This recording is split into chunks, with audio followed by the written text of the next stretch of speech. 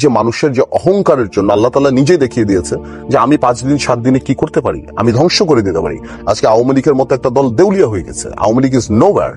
আওয়ামী লীগের বড় বড় রাজনীতিবিদরা যেভাবে পালিয়ে যাচ্ছে এবং তারা কান্নাকাটি করছে ঘরের মধ্যে যে আমরা জীবনে কোনোদিন রাজনীতি করব না, কোথায় তাদের হাজার হাজার কোটি টাকা, কোথায় কাছে লক্ষ কোটি টাকা। তারা এমন একটা ভাব করেছিল যে আগের সাবেক প্রধানমন্ত্রী যিনি ওনারা হিসাব করছিল যে ওনার তো অল্টারনেট নাই, ওনার তো বিভিন্ন টকশোতে আমাদের বলছে ওনার অল্টারনেট কে, ওনার তো অল্টারনেট নাই, ওনার পর কে আসবে। তার মানে মানুষ মানে ওই দাবিতেই চলে গেছে যে উনি তো থাকবেই, তারপর কে আসবে। আল্লাহ এগুলি পছন্দ করেন না। না, আল্লাহ এগুলি বলছে আমার জমিনে তুমি অহংকারের সাথে হেঁটো না, তুমি জমিন বিদীর্ণ করে যেতে পারো, আকাশ বিদীর্ণ করে উপরে উঠতে পারবা না। আল্লাহ দম্ভকারীকে পছন্দ। এগুলি তো তার, এগুলি আমাদের সৃষ্টি না, এগুলি আমরা প্ল্যান করে করতে পারতাম না। এগুলি কারণ এগুলি আল্লাহর তরফ থেকে আসা। এই যে অহংকার প্রত্যেকটা ক্যাবিনেটের এবং এই যে পলিটিক্স যে ধ্বংস করেছে আজকে বাংলাদেশে, আমি একটু বলি। আচ্ছা, এই যে আওয়ামী লীগের মতো একটা দল, এই যে রনি বলছিল যে খারাপ লাগে, আসলে তো বাট এটা তো একদিনে হয় নাই। আওয়ামী লীগ ক্ষমতায় আসার পর নন পলিটিক্যাল এইচটি ইমামদের গ্রুপদেরকে নিয়ে আসা হলো, তারপরে আবার আরেকটা অ্যাডভাইজারদের গ্রুপদের নিয়ে আসা হলো, তারপর উপরের যে সাইজ করে ভালো ভালো পলিটিশিয়ানদেরকে সাইজ করে ওই দীপুমণি, ফারুক খান এদেরকে আপলিফট করা হলো।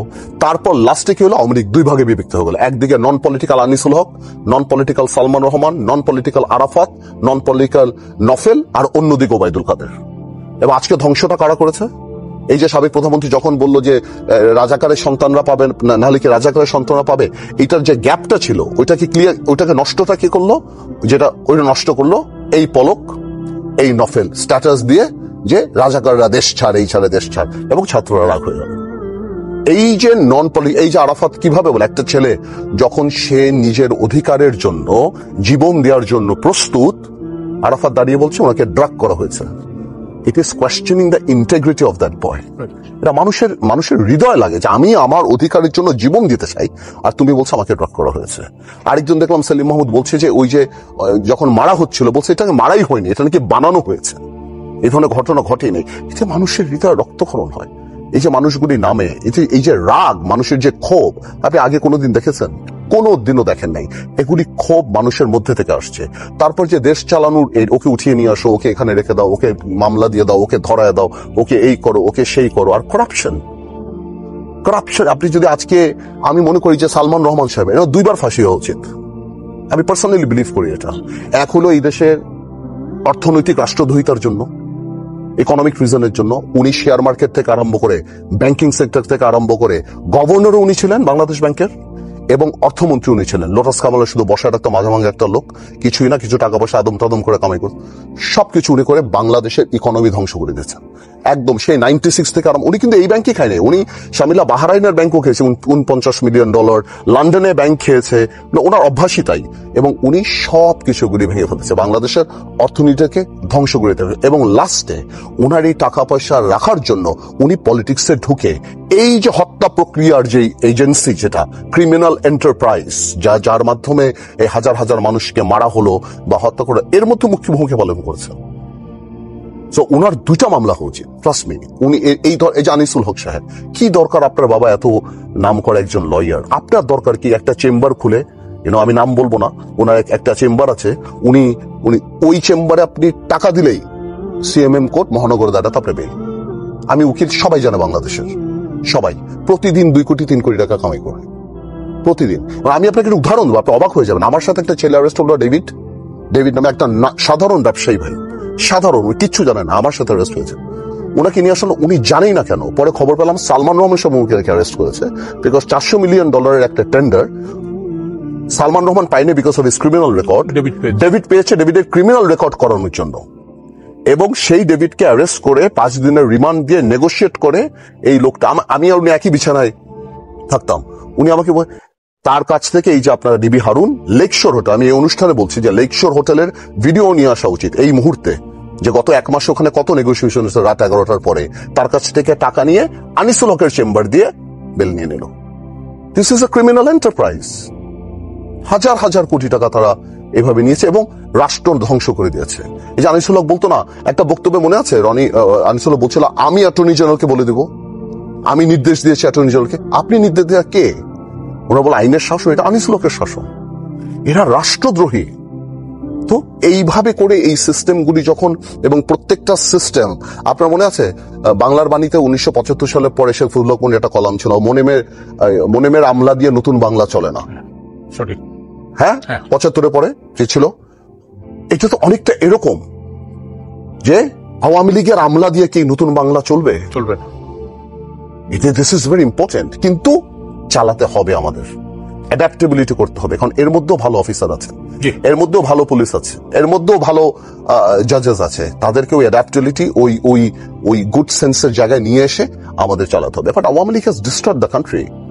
আওয়ামী লীগ রাজনীতি শেষ করে দিয়েছে, দেশ শেষ করে দিয়েছে, সব ধ্বংস করে দিয়েছে, এবং শেষ মুহূর্তে নিজের দলটাকেও শেষ করে দিয়েছে। আমি তো দেখেছি যে শেয়ার মার্কেটের কেলেঙ্কারির সময় মানুষগুলির কি অবস্থা হয়েছে, এবং আমরা জানি আমরা সমাজে যে সরকার অনেকে আত্মহত্যাও করেছে এবং তার কোনো বিচার হয়নি, এবং 96-ও একই কাজ করেছে। এর আগে ভুয়া প্যারাসিটামল বিক্রি করেছে, এবং এরপর এদেরকে যতই গালিগালাজ করতাম আমরা দেখতাম যে এই যে বেসিক বাচ্চু বা এই আপনার এই যে ব্যাবের সভাপতি নজরুল সাহেব 15 বছর ধরে, এই সালমান রহমানের পরে একটা কি কাজ করতো জানেন, উনি সব ব্যবসায়ীদেরকে ব্ল্যাকমেইল করতো। যখনই কোনো দুর্যোগ হতো সবাইকে ফোন করে করে 2 কোটি 5 কোটি নিয়ে প্রধানমন্ত্রীর দরবারে নিয়ে যেত, এটা রাখতো। যদি কেউ না যেত তাহলে বলতো উনি জামাত করে, উনি বিএনপি করে। তো উনি যেভাবে এই দেশকে ব্ল্যাকমেইল করেছে, উনি যেভাবে পলে প্রশাসনকে ব্যবহার করেছে, এবং এগুলি দিয়ে কি করেছে, এই টাকাগুলি বিদেশে পাচার করেছে, টাকাগুলি নষ্ট করেছে। ওনাদের সন্তানরা বিভিন্ন ইন্ডিয়ান ওই ডিজাইনার, টেইলার, নায়ক নায়িকা এদেরকে নিয়ে এসে অনুষ্ঠান করেছেন, এবং বিভিন্ন খরচ, এমন না কোনো প্রোডাক্টিভ কাজ করেছেন বা বিদেশি কিছু করেছেন। মানুষের টাকা পয়সাগুলি শুধুমাত্র বলে না ফুটানি, যা বলে না একদম লো শো অফ মানুষকে, এগুলি করেছে, কোনো প্রোডাক্টিভ কিছু নাই। আর আজকে সবচেয়ে বড় ব্যাপারটি কি জানেন, আমি যেটা বারবার বলছি যে আমি এই যে জিনিসটা ওই অ্যাঙ্গেলেই দেখি যেটা আল্লাহ প্রদত্ত। এই সম্পূর্ণ জিনিসটা হলো আল্লাহর অভিশাপ, এবং আল্লাহ দেখিয়ে দিয়েছে যে এটা কিন্তু ডিফিট না, এটা পতন। হ্যাঁ, এটা ফল, এটা কিন্তু ডিফিট না। এবং এই যখন ফল হয় তখন আমাদের এখান থেকে শিক্ষা নেওয়া উচিত। আজকে আমাদের দেখা উচিত যে সালমান রহমান একটা মুরগির খোপও পেল না পালানোর জন্য, তার যে লক্ষ কোটি টাকা, তার একটা পরিচিত লোক নাই যে বসবে, এবং আইনজীবীও কিন্তু তার পক্ষে চাই না। এবং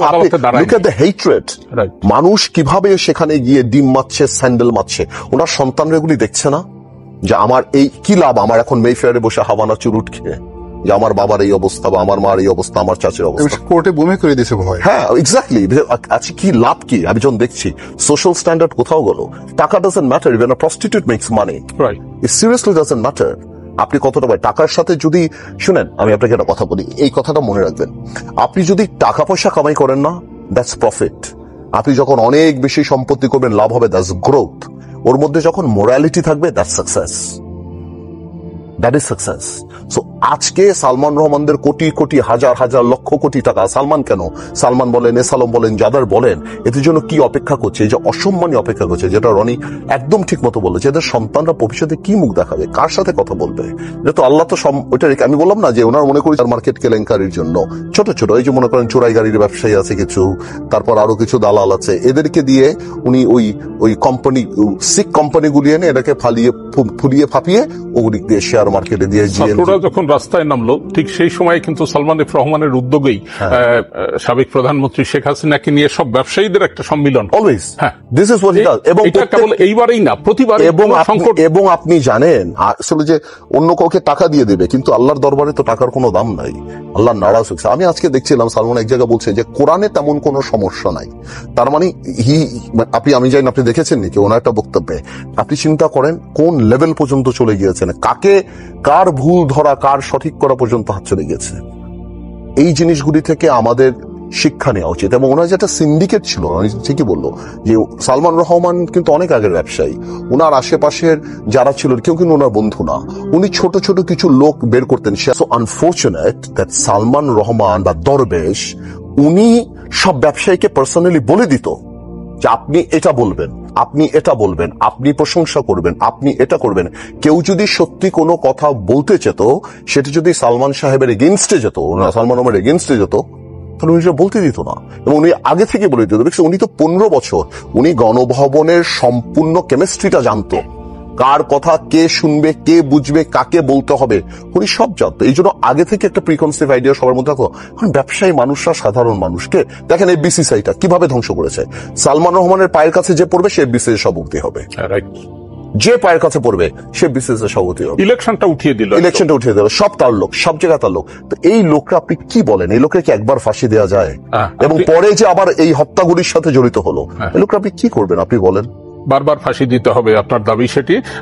যে বিষয়টি আপনি পতনের কথা বলেছেন, এটা পরাজয় না, ডিফিট না, অবশ্যই এটা পতন। এটা পতন। এই পতন থেকে আমাদের কি শিক্ষা? আমাদের এই শিক্ষা নিতে হবে যে আমরা আল্লাহর জমিনে অহংকারের সাথে হাঁটবো না। আমার মানুষের সাথে খারাপ মানুষের আমার বিরুদ্ধের কথাটা আমার নেয়ার মানসিকতা থাকতে হবে যে আমার সমালোচনা করবে সেই আমার শত্রু না। আমি আমার ক্ষমতা দিয়ে যাকে ইচ্ছা তাকে জেলে দিব না, যাকে ইচ্ছা তাকে ক্ষতি দেব না। আমি সম্মানী ব্যক্তিকে সম্মান করব, আমার মধ্যে ক্ষুধার্ত আসবে না। আমাদের মধ্যে বিবেচনায় নিতে হবে কাফনের কাপড়ে কোনো পকেট থাকে না। শুধু পকেটের ব্যাপারটা না, অনেক মানুষ আছে কিন্তু ফিনান্সিয়ালি কারাপ্টেড না, কিন্তু মেন্টালি কারাপ্টেড। তারা তাদের বিরুদ্ধে করে কিছু ইন্টেলেকচুয়ালি মেন্টালি কারাপ্টেড, তারা তাদের বিরুদ্ধে কিছু নিতে চায়। আমাদের এই জিনিসগুলি মাথায় আনতে হবে। এবং আরেকটা জিনিস মাথায় আনতে হবে, যদি আমরা দেশকে ভালো, আজকের দিনে কোনো ব্যক্তির পক্ষে দেশ চালানো সম্ভব না, দেশ চালাবে সিস্টেম। আমার মানসিকতা থাকতে হবে, if I am the prime minister of the country, I have to pick up people who are more intelligent than I M.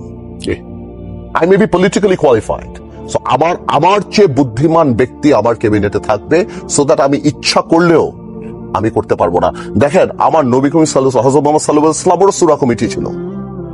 উনিও কিন্তু যদি নেমে জিবরাইল বলে দিত নবী এটা বলেছে সব শেষ না, উনিও ওমর রাদিয়াল্লাহু আনহুর সাথে কথা বল, আপনার হযরত আলীর সাথে কথা বলছে, আপনার আবু বকরের সাথে, সবার সাথে কথা বলছে। ওনার সূরা কমিটি ছিল, আলাপ হয়েছে, আর্গুমেন্ট হয়েছে। তাহলে তার মানে কি, যদি সেই পৃথিবীর সবচেয়ে বড় রাজনীতিবিদ হয়ে থাকে, উনি যদি পৃথিবীর সবচেয়ে বড় শ্রেষ্ঠ মানব হয়ে থাকে, এই উদাহরণ তো আছেই। তো আপনি যদি কারোর সাথেই কথা না বলেন, কেউই বুদ্ধিমান না, কেউই নাই দুনিয়াতে, কারোর সাথেই কোনো কিছু নাই, লাভ নাই। আমি 9 দিন রিমান্ডে ছিলাম। প্রতি রাতে যেভাবে কান্নার আওয়াজ, এই যে আমিনুলকে বিএনপি ধরে নিয়ে মারত, নূরকে যেভাবে মেরেছে আমাদের চোখের সামনে, আমরা সবাই নার্ভাস থাকতাম। শিমুল বিশ্বাস বয়স 65, মানে